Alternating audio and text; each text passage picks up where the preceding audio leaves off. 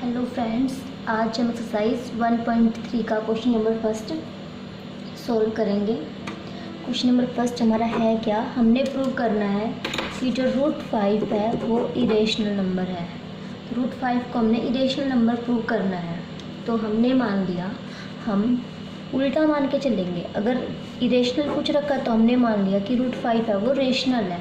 अब हमें पता है जो रेशनल नंबर होते हैं वो p बाई क्यू की फॉर्म में होते हैं, जहाँ जो q है वो not equal to 0 and p और q हमारे को प्राइम में होते हैं।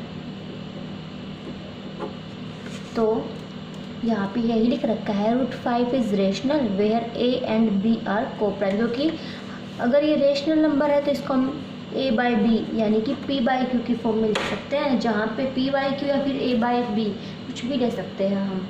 तो a बाई बी क्या है, को प्राइम, एंड b क्या है, नॉट इक्वल टू 0। अब इतना होने के बाद यहाँ पे से हमने स्क्वायर रूट को हटाना है, तो हम क्या करेंगे, स्क्वायरिंग कर देंगे दोनों साइड। तो squaring both side, 5 under the root 5 है, इसका स्क्वायर करेंगे तो 5, इधर करेंगे तो is equal to a square p square. अब क्रॉस मल्टीप्लाई कर देंगे तो 5b स्क्वायर, अब वो हमारा a स्क्वायर के इक्वल आ जाएगा, और ये हमारी इक्वेशन नंबर फर्स्ट हो जाएगी।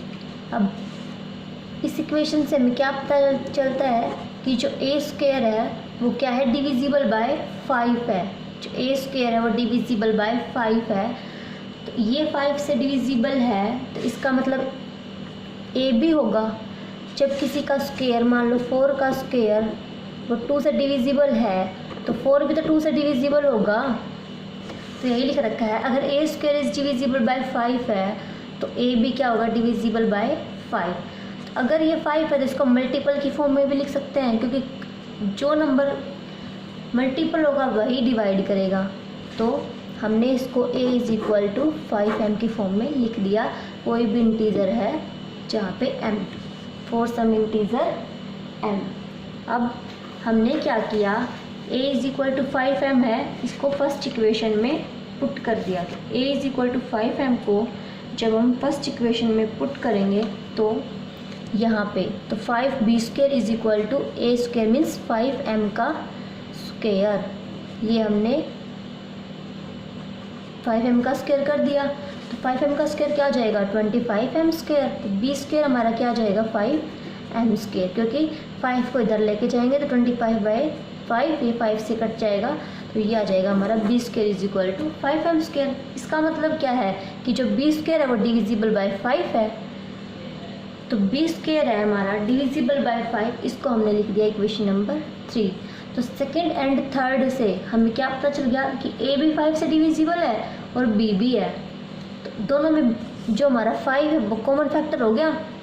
तो हमारा अगर ये 5 कॉमन फैक्टर हो गया, इसका मतलब ये क्या है, हमारे सपोजिशन को कॉन्ट्राडिक्ट करता है। तो this contradict our supposition that a and b are coprime, क्योंकि कॉमन फैक्टर आ गया और प्राइम होते में तो कॉमन फैक्टर होता ही नहीं है। तो अगर ये हमारे सब अजम्पशन को कॉन्ट्राडिक्ट करता है, जो कि हमारी थी ये रेशनल नंबर है, अगर ये रेशनल को ही कॉन्ट्राडिक्ट कर देगा तो क्या आ जाएगा हमारा इरेशनल पार्ट। तो रूट 5 है वो हमारा क्या आ जाएगा, इरेशनल। इस तरीके से हमारा फर्स्ट क्वेश्चन कंप्लीट हो गया। क्या किया हमने, रूट 5 हमें इरेशनल प्रूव करना था, तो रेशनल लेके हम चल पड़े, इसको a बाई बी की फॉर्म में लिख दिया, दोनों साइड स्क्वायर कर दी। स्क्वायर कर दी तो हमें क्या मिल गया, 5b square is equal to a square. इसका मतलब क्या है, a स्क्वायर वो डिविजिबल बाय 5 है। अगर किसी का स्क्वायर डिविजिबल है तो वो खुद भी तो डिविजिबल होगा, तो a is also divisible by 5, तो इसको हमने मल्टीपल की फॉर्म में लिख दिया फॉर सम इंटीजर m। अब हमने क्या किया, a is equal to 5m को इक्वेशन नंबर 1 में पुट कर दिया। पुट करने के बाद हमारा b स्क्वायर किसके इक्वल आ गया, 5m स्क्वायर के। तो b स्क्वायर क्या होगा, डिविजिबल बाय 5। अगर b स्क्वायर डिविजिबल बाय 5 है तो b is also divisible by 5, तो b भी क्या हो जाएगा हमारा, डिविजिबल बाय 5। इन दोनों इक्वेशन से हम क्या रिजल्ट निकालेंगे कि यहाँ पर भी b 5 से डिवाइड है, यहाँ पे a 5 से डिवाइड है, तो जो हमारा 5 है वो कॉमन फैक्टर हो गया। तो from equation second and third we can conclude that 5 is a common factor of both a and b। तो अगर ये कॉमन फैक्टर है तो हमारे जो अजम्पशन है उसको कॉन्ट्राडिक्ट करेगा, तो कॉन्ट्राडिक्ट करेगा इसका मतलब ये क्या आ जाएगा, इरेशनल। Root 5 is irrational. हमारा सेकंड क्वेश्चन है, प्रूव दैट 3 + 2√5 इज़ इरेशनल, कि जो 3 + 2√5 है वो इरेशनल है। तो ऐसे ही जैसे फर्स्ट क्वेश्चन किया था हमने मान लिया कि ये रेशनल है। अगर ये रेशनल है तो ये a/b की फॉर्म में लिखा जाएगा, जहाँ पे हमारे a और b क्या होंगे, coprime, and b is not equal to 0। अब हमने क्या किया, 3 को हम इस साइड ले आए, तो 2√5 इज इक्वल टू क्या हो जाएगा, a/b माइनस में 3।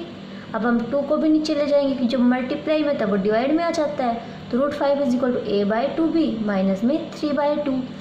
अब a और b तो हमारे इंटीजर हैं, तो a और b इंटीजर, तो ये कंप्लीट पार्ट में हमारा क्या हो जाएगा, इंटीजर, तो ये हमारा इंटीजर हो जाएगा। तो इंटीजर जब a और b हमारे इंटीजर्स हो जाएंगे तो वो रेशनल नंबर भी बनेगा, क्योंकि रेशनल नंबर में क्या होता है, a और b इंटीजर्स होते हैं, तो जो ये नंबर होगा हमारा रेशनल नंबर भी हो जाएगा। अगर ये रेशनल नंबर होगा तो इससे हम क्या निकाल सकते हैं, पहली बात तो हमेशा लेफ्ट हैंड साइड है वो राइट हैंड साइड के इक्वल लेके चलेंगे इन केसेस में। तो जब हमारा ये वाला पार्ट रेशनल है तो हम इसको भी क्या निकालेंगे, रेशनल, तो √5 भी क्या हो जाएगा हमारा रेशनल। बट हमने पीछे वाले आर्टिकल में अभी फर्स्ट क्वेश्चन में क्या पढ़ा था कि जो √5 है वो तो इरेशनल है, √5 इरेशनल है, तो यहाँ पर भी हमारी जो जंक्शन है वो क्या हो जाएगी, इनकरेक्ट, क्योंकि अगर √5 इरेशनल है तो इधर वाला पार्ट भी इरेशनल होगा और इधर वाला पार्ट भी इरेशनल होगा। इसका मतलब जो हमने माना है वो क्या है, गलत, इरेशनल नंबर नहीं है। तो ये क्या आ जाएगा, √5 इज़ इरेशनल नंबर। तो यहाँ पर जो हमारी एजम्पशन है वो इनकरेक्ट है और ये क्या हो जाएगी, इरेशनल नंबर। अब हमारा थर्ड क्वेश्चन है, prove that the following are irrationals. ये 3 पार्ट्स दे रखे हैं, इनको हमने इरेशनल प्रूव करना है। तो सिमिलरली हमने जैसे फर्स्ट और सेकंड क्वेश्चन में किया था, इनको हम क्या मान के चलेंगे, रेशनल मान के चलेंगे। तो हमने मान लिया, let us assume that it is rational. अगर ये रेशनल है तो वही सेम a/b की फॉर्म में लिखा जाएगा, a/b की फॉर्म या फिर p/q कुछ भी लगा लो, तो ये क्या लिखा जाएगा, p/q की फॉर्म में लिखा जाएगा।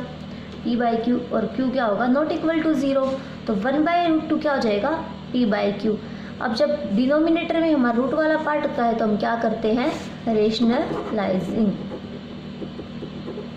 रेशनलाइज दी डिनोमिनेटर, हम डिनोमिनेटर को रेशनलाइज कर देते हैं। तो यहाँ पे हमने डिनोमिनेटर को रेशनलाइज कर दिया, √2 से मल्टीप्लाई या √2 से divide is equal to p/q। अब √2 क्या हो जाएंगे, 2, तो √2/2 इज इक्वल टू p/q। अब ये 2 डिवाइड में तो जाके मल्टीप्लाई में, तो √2 को हमने क्या लिख दिया, 2p/q।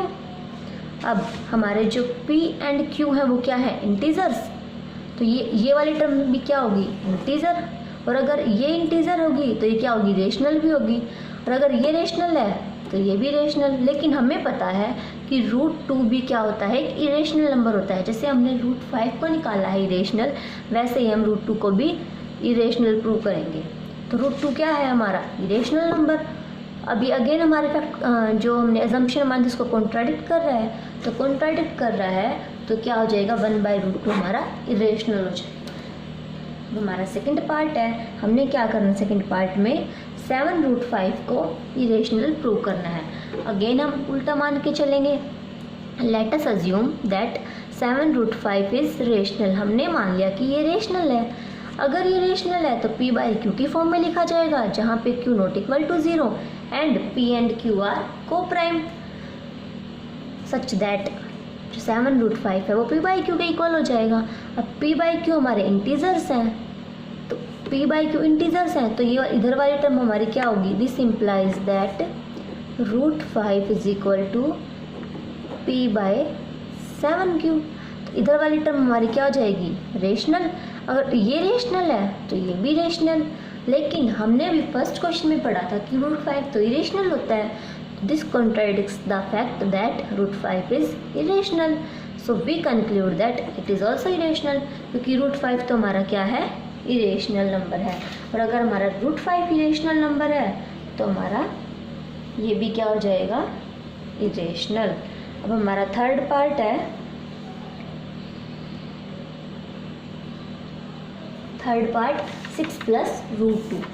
इधर भी हमने उल्टा मान लिया। Let us assume to the contrary that root 2 is irrational. हमने मान लिया रूट 2 क्या है, इरेशनल।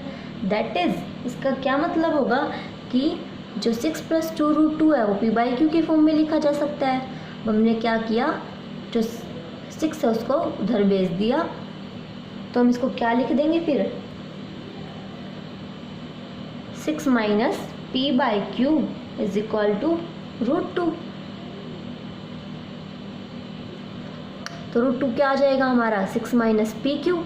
तो अब हमें पता है कि p/q तो हमारे इंटीजर होते हैं, तो ये इंटीजर होंगे, तो इंटीजर का मीन्स रेशनल भी होंगे। अगर ये रेशनल होंगे तो हमारा ये वाला पार्ट भी रेशनल। लेकिन हमें पता है √2 तो क्या होता है हमारा, इरेशनल। तो but this contradicts the fact that √2 is irrational, कि अगर ये रेशनल है तो इस फैक्ट को कॉन्ट्राडिक्ट करेगा। लेकिन हमें पता है कि √2 तो इरेशनल होता है, तो √2 इरेशनल होता है, तो ये क्या हो जाएगा, 6 + √2 भी हमारा इरेशनल नंबर हो जाएगा। ये होगी हमारी 1.3 complete. Thanks for watching my video.